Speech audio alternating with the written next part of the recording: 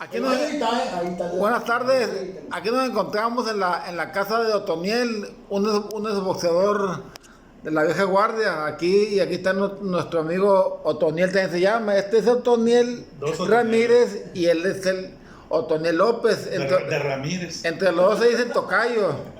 Y aquí estamos, pues son mis amigos y vamos a platicar un poquito de box, lo que fue nuestro gran amigo Otoniel López.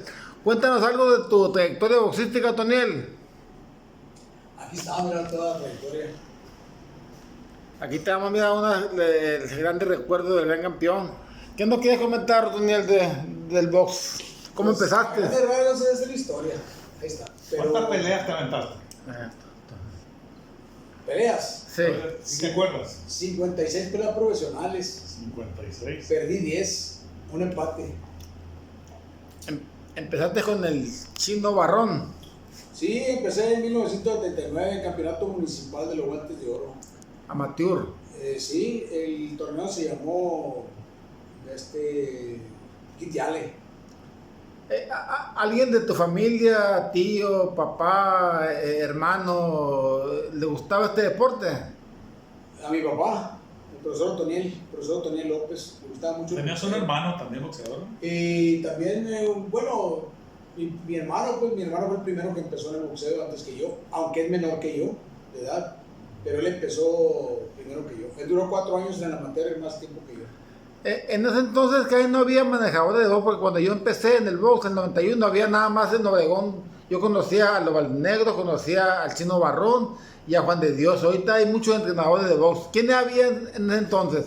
¿En qué año estamos hablando? Estamos hablando de 1979, que fue cuando yo empecé. Había verdaderos entrenadores de boxeo. Había muchos. Estaba Silvino Esparza, estaban pues Juan de Dios Castañeda, el Chino Barrón, ¿quién más estaba? El Quitiale, estaba también, el Chino Morales,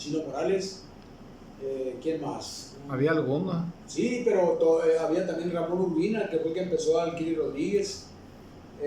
Había algunos, pero eran verdaderos conocedores de boxeo. Hoy en día hay muchos, pero no, en realidad no son conocedores de boxeo. No pelan un chango. No son como, no es lo que era antes, hoy en día. Oye, Toniel, y cuando tú empezaste, yo recuerdo que tuviste una buena racha invicto, ¿no? En tus inicios. Sí, como todo joven cuando tiene ímpetus y ganas Más de 20, una racha más de 20. Sí, tuve muchos knockouts, tuve como 20 tantas peleas ganadas y la gran mayoría por knockout. Y llegué a ser uno de los mejores pesos ligeros del país. Logré el campeonato del estado, fui campeón de la costa del Pacífico, pero cuando en aquellos tiempos tener un título, inclusive regional, era muy difícil porque había, el boxeo era más técnico, había mucha disciplina pues boxística. Hoy en día un muchacho que tira el 1-2 ya lo hacen campeón del mundo, pues no es como antes. Estaba viendo yo ahí que José Luis Castillo parece que era el número 1 a nivel nacional y tú le ganaste algo así. Él era cuando peleamos, desafortunadamente para él, él me escogió como una pelea de preparación porque iba por el campeonato nacional con el Zurdo Ramírez, él era el retador oficial. Entonces dijo, no, pues vamos a encontrarle un pichoncito a este Otoniel que está invicto y como quiera le vas a ganar porque todavía está novato. Y resulta que pues, lo noqueamos y pues ahí nos clasificamos nacional. Estamos hablando de José Luis Castillo. Pero le ganamos al primer ligero de la República, nada, no, pescadito.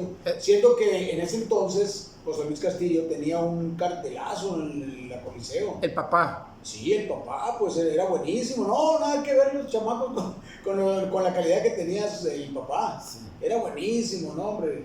Si aquí tuvo una pelea con José Luis Ramírez que salió, mira, es más, se podría decir que la pelea la ganó Castillo, pero pues como él era de aquí Guatabampo, José Luis Ramírez, pues lógico que él gane a José Luis Ramírez. Esa vez que tú le ganaste, ¿era Ramírez el campeón nacional, no? Ramírez campeón nacional. ¿Nunca el número 1 era Leoncito Peralta. ¿Nunca peleaste con Ramírez tú? No me dio un chance. no me dieron chance, pues yo, de hecho yo estuve mucho tiempo clasificado, no tuve la oportunidad. Le gané a clasificados nacionales, le gané a Ramón Avitia, le gané a, pues a quién más, de los peleadores clasificados, hubo varios. Oye, Ramón Verdugo, peleé con Herminio Delgado, todos esos fueron campeones nacionales, y unas peleonas, Primo Ramos, me enfrentaron mejor. Cayetano Correa, Juan García. Jorge Gómez también era. Jorge Gómez fue campeón nacional también, le ganamos a Jorge Gómez. se oye que tú peleaste con Jolidar Chávez. También, esa fue una muy buena pelea. De hecho, esa pelea fue la que me dio fama y fortuna.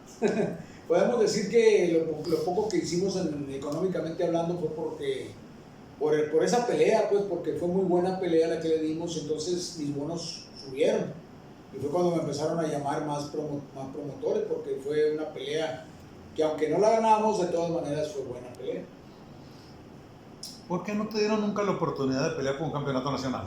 La razón es porque yo nunca tuve un entrenador de dinero, podríamos decir, porque al final de cuentas el boxeo es negocio.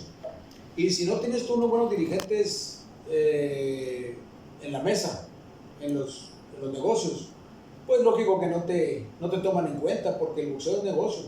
Además también era que yo no era muy fácil, no era un peleador tan sencillo, ¿no? Era un peleador difícil. No lo digo yo, lo dicen los peleadores con los que peleé. En los 80s, ¿quiénes eran los campeones nacionales de tu división? José Luis Ramírez. Primo Ramos. Los que fueron, ¿no? Campeones nacionales. 80, 90. Vicente Mijares, Elioncito Peralta. Ya un poquito más para la salida de los 80 creo que fue Zambrano, el de Navajoa. ¿Con cuál de ellos peleaste?